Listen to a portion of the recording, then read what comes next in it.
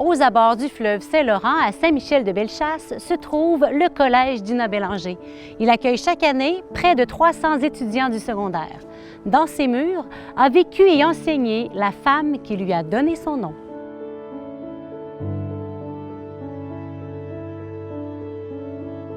Il y a plus de 100 ans, le quartier Saint-Roch à Québec voit naître une jeune artiste avant-gardiste. Pianiste et écrivaine, Dina Bélanger nous laisse une autobiographie d'une grande richesse dont les textes sont traduits et connus aujourd'hui dans plus de 30 pays du monde. Religieuse et enseignante de musique, Dina Bélanger incarne toute une génération de femmes qui ont répondu à l'appel de vivre, servir et aimer leur prochain à travers la vie religieuse. Cette jeune femme de Québec porte en elle la réalité féminine de son temps ainsi qu'un don musical des plus singuliers.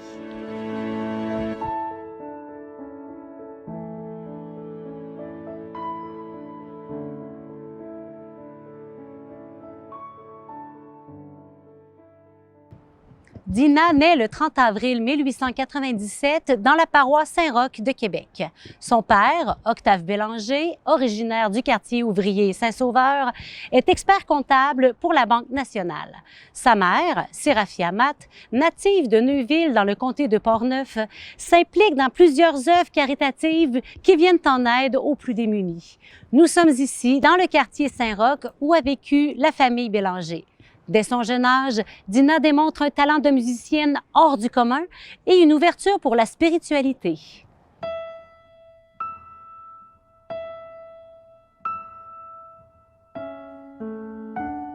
Alors Dina, c'est une artiste timide, réservée, mais qui a un grand talent musical. Alors très tôt, ses parents vont l'inscrire à des cours de piano et rapidement, ils vont se rendre compte qu'elle a vraiment des habiletés qui sortent de l'ordinaire. C'est là qu'elle trouvait vraiment son épanouissement, ses dons, un don particulier qu'elle avait pour la musique.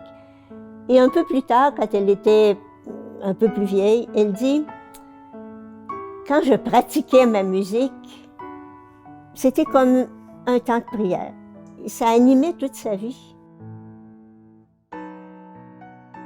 On est au début du 19e siècle et c'est l'époque où les femmes revendiquent le droit de vote, le droit à l'éducation, le droit au travail. Alors, c'est dans ce contexte social-là que Dina grandit. Mais Dina était quelqu'un qui avait un fort caractère, étant donné qu'elle était fille unique. Ses parents ont dû l'aider à grandir, à apprendre à contrôler son caractère, que plus tard, même dans la vie religieuse, elle va devoir le travailler un peu. Mais c'est une fille qui savait qu'est-ce qu'elle voulait, elle travaillait fort pour arriver.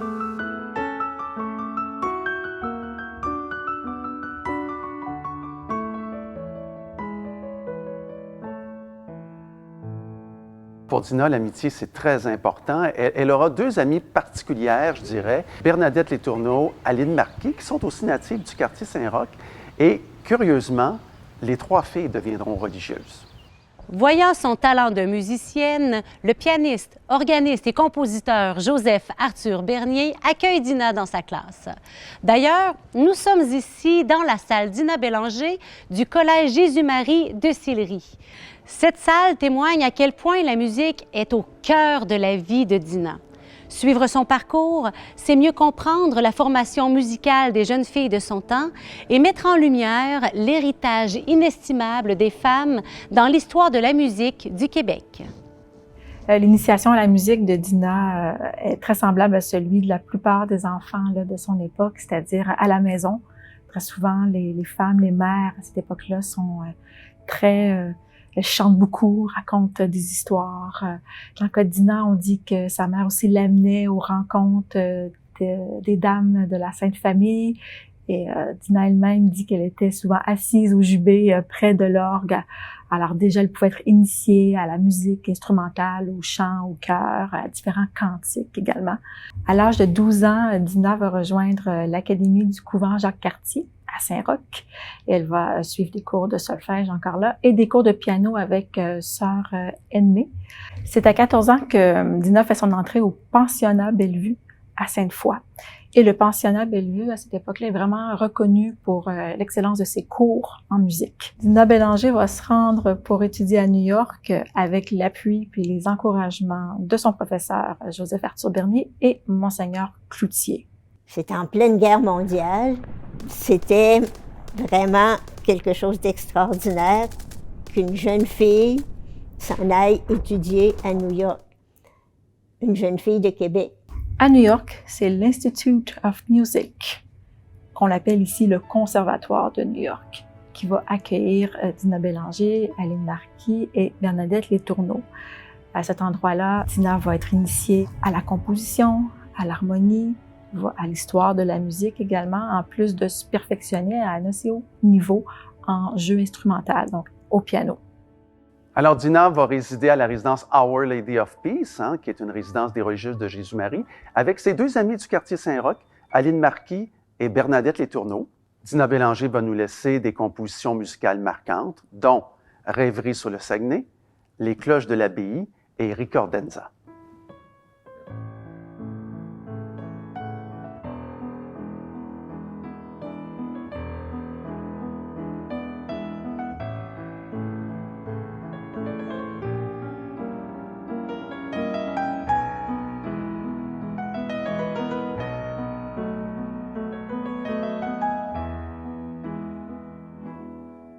De retour à Québec en 1918, Dina va mettre son talent musical et ses connaissances au service de la communauté.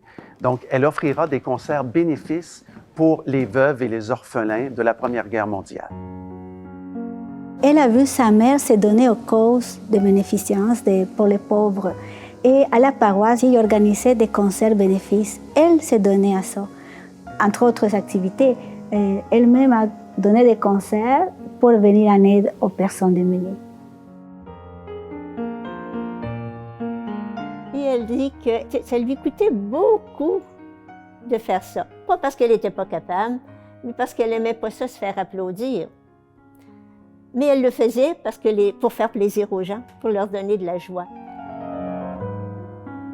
L'artiste, c'est celui qui donne de lui. Déjà, être artiste, c'est comme porter quelque chose en soi et qu'on donne à autrui et que l'autre accueille. Donc forcément, un artiste, d'une certaine manière, développe toujours cette relation à autrui. Il y a comme une rencontre en fait. Donc de ce que l'artiste donne et de celui qui écoute l'artiste accueille, reçoit.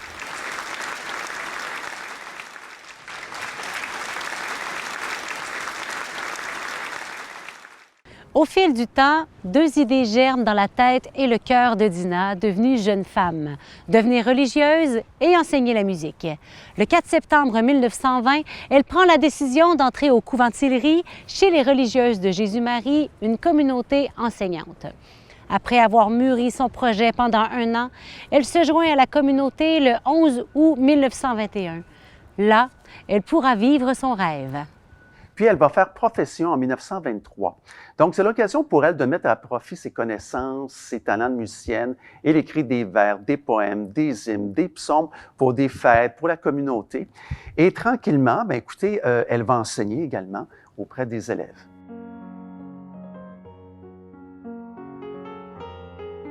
Et son talent, elle le met au service des jeunes, qui sont les personnes auxquelles la congrégation s'adresse spécialement. Et elle a enseigné la musique ici à Sillery et aussi à Saint-Michel-de-Bellechasse.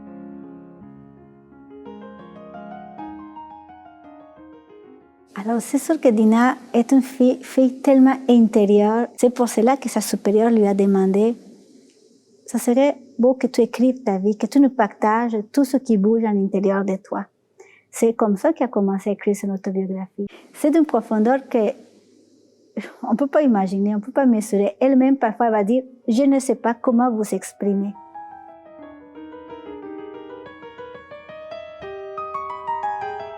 Dina, c'est une mystique, mais elle n'est pas une éthérée en fait. Elle est ancrée en fait dans le monde. C'est une femme plein d'amour, qui a beaucoup d'amour. C'est une femme qui écoute beaucoup. C'est une femme de confiance. Confiance en elle, confiance aux autres. C'est la liberté intérieure parce que à cette époque, dire ce qu'elle dit, faire ce qu'elle fait, écrire ce qu'elle écrit, parce que c'est tellement fort ce qu'elle écrit que si on n'a pas de liberté, ça ne va pas. Donc c'est une femme émancipée, de grande liberté intérieure, Dina.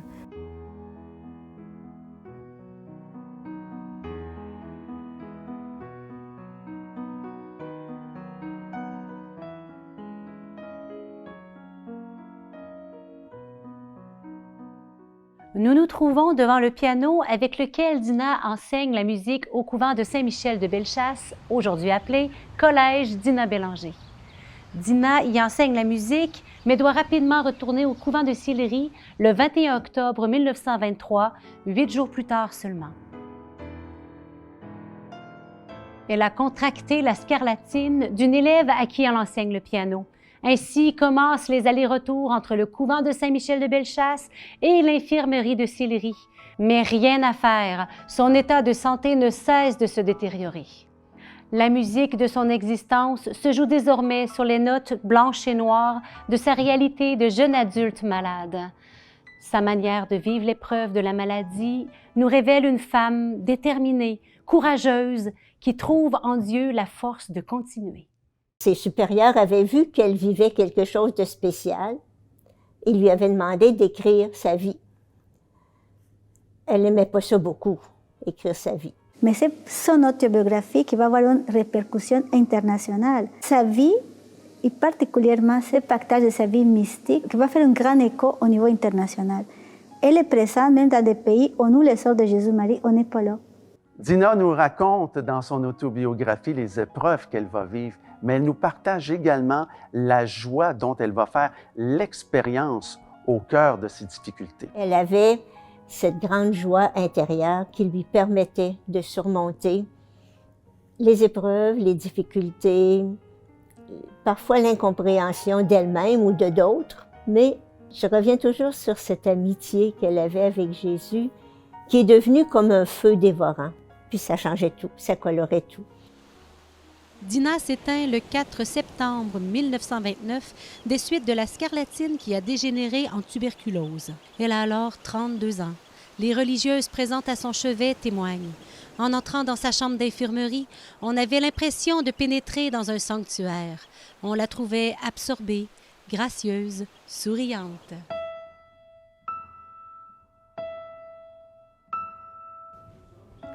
Nous sommes au tombeau de Dina Bélanger, dans la chapelle des religieuses de Jésus-Marie à Sillery. Ici, de nombreuses personnes viennent lui confier leurs espoirs et leurs prières. Elle a été proclamée bienheureuse en mars 1993 par le pape Jean-Paul II, qui a ainsi fait d'elle la première femme native de Québec à recevoir ce titre. Dina nous laisse, certes, des écrits d'une grande profondeur, des compositions musicales touchantes, mais aussi et surtout une leçon de courage et de résilience. Même au dernier moment, quand elle était malade, elle accueillit ses parents. Je trouve que c'est beau d'être capable de reconnaître l'amour de nos parents et de leur dire, pouvoir leur dire « Maman, papa, merci ». Dina, elle marque aussi l'histoire à sa façon en tant que femme. Elle était probablement dans les premières Canadiennes à se diriger du côté de l'Institute of Music de New York. Des femmes qui reviennent avec un très, très haut niveau de connaissances musicales qu'elles vont mettre au service de leur collectivité. C'était une contemplative de la beauté.